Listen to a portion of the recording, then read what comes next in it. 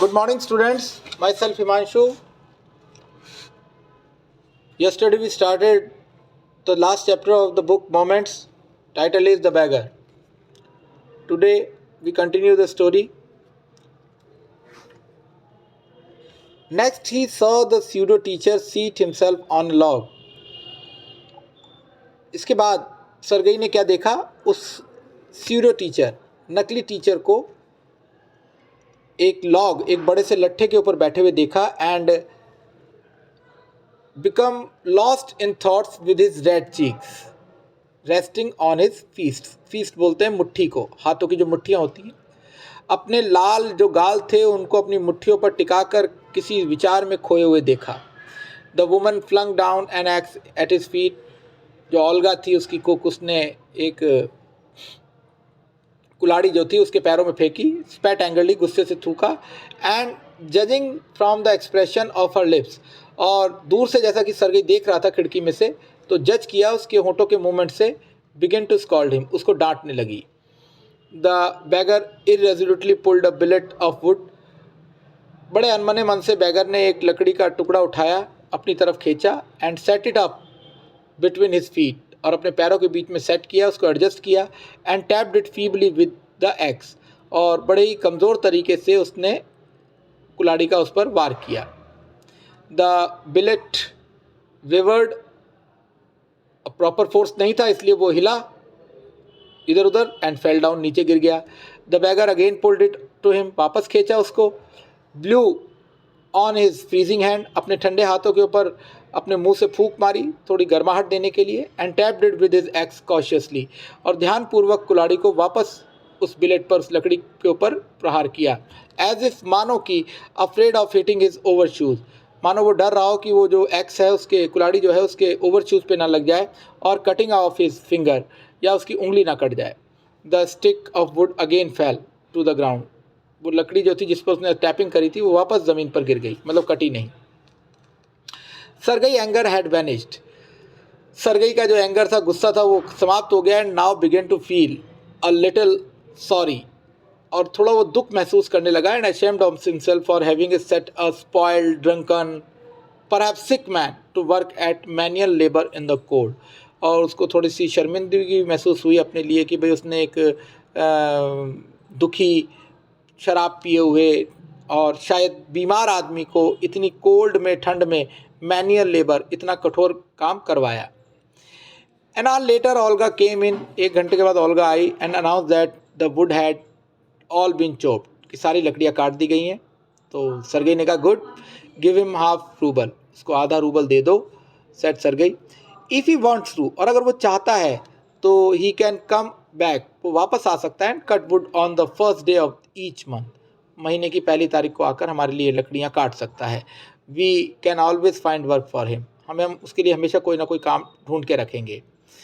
On the first of the month the wave मतलब वो घुमक्कड़, vagabond, made his appearance. महीने के शुरुआत में वो आदमी आ जाता था. And again on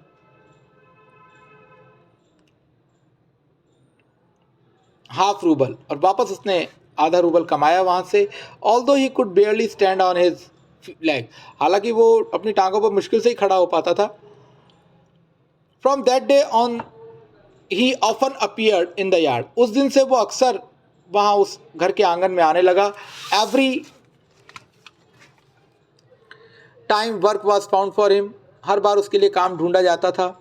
now he would शॉफ्ट स्नो, है ना, वो बर्फ़ को हटा देता था, जो बर्फ़ गिर जाती थी उसको क्लियर कर देता था. Now put the wood shed in order, जो वुड शेड था, लकड़ियों का भंडार, उसको उसने जमा दिया था, व्यवस्थित कर दिया था. Now beat the dust out of rugs and mattresses, जो गलीचे और गद्दे होते हैं उनकी धूल झाड़ देता था. Every time he received from 20 to 40 कॉपेक्स, और हर बार काम करने के बदले में उसको 20 से 40 कॉपेक्स मिलते थे.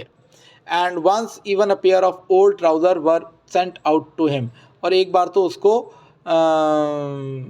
एक जोड़ा पुराने पजामे का भी दिया गया पहनने के लिए. When Sergei moved into another house, जब सरगई दूसरे घर में गया, मतलब मकान चेंज किया, he hired him to help in the packing and hauling the furniture, तो उसने सामान को पैक करने और फर्नीचर को खींचने के लिए उसको हायर किया कि भाई तुम आ जाओ, सामान वगैरह पैकिंग करवा दो। This time the wave was sober, gloomy and silent. बड़ा सभ्यता के साथ पेश आया, दुखी था और चुप था। ही हार्डली टच द फर्नीचर, उसने मुश्किल से किसी फर्नीचर को टच किया, मतलब छुआ भी। And walked behind the vegans hanging his head, और गाड़ियों के पीछे जिनमें सामान लदा हुआ था उनके पीछे सिर झुका के चलता रहा। Not even making a pretence of appearing busy, यहाँ तक कि बिजी होने का प्रिटेंस, बहाना, नाटक भी नहीं किया। He only shivered in the cold, ठंड में काँप रहा था। एंड बिकम एम्बरेस्ड, और बहुत शर्मिंदा हुआ। व्हेन द कार्टर्स, जब गाड़ी वालों ने, जो वैगन चला रहे थे, जियर्ड एट हिम, उन्होंने उसका मजाक उड़ाया। किसके लिए? फॉर हिज आइडलनेस, फालतू रहने के लिए। फीबलनेस, उसके कमज़ोरी के लिए। हिज टैटर्ड, उसके फटे हुए कपड़ों के लिए। फैंसी ओवरकोट, और उसका एक वो जो बड़ा मज़ेदार सा ओवरकोट उसने पहन रखा था, उस पर उसका मजाक उड़ाया, लेकिन वो कुछ बोला नहीं, शर्मिंदा हुआ। After the moving was over, Sergei sent for him, जब मूविंग ख़त्म हो गई, मतलब एक घर से दूसरे घर पहुंच गए, तो सरगई ने उसको बुलवाया। Well I am happy that my words have taken effect, मुझे खुशी है कि मेरी बात ने तुम पर असर किया। He said, handing him a rouble, उसको 1 रूबल देते हुए बात कही। Here is for your pains, ये लो, ये तुम्हारे जो तुमने कष्ट उठाए उसके लिए। I see you are sober and have no objection to work, तुम बहुत ही सभ्य हो और तुम्हें काम करने में कोई आपत्ति नहीं है। What is your name? Lushkoff. Well Lushkoff, I can now offer you some other cleaner employment, मैं तुम्हें अब कुछ दूसरा साफ़ सुथरा काम देता हूँ। कैन यू राइट, क्या तुम लिख सकते हो? उन्होंने कहा या आई कैन।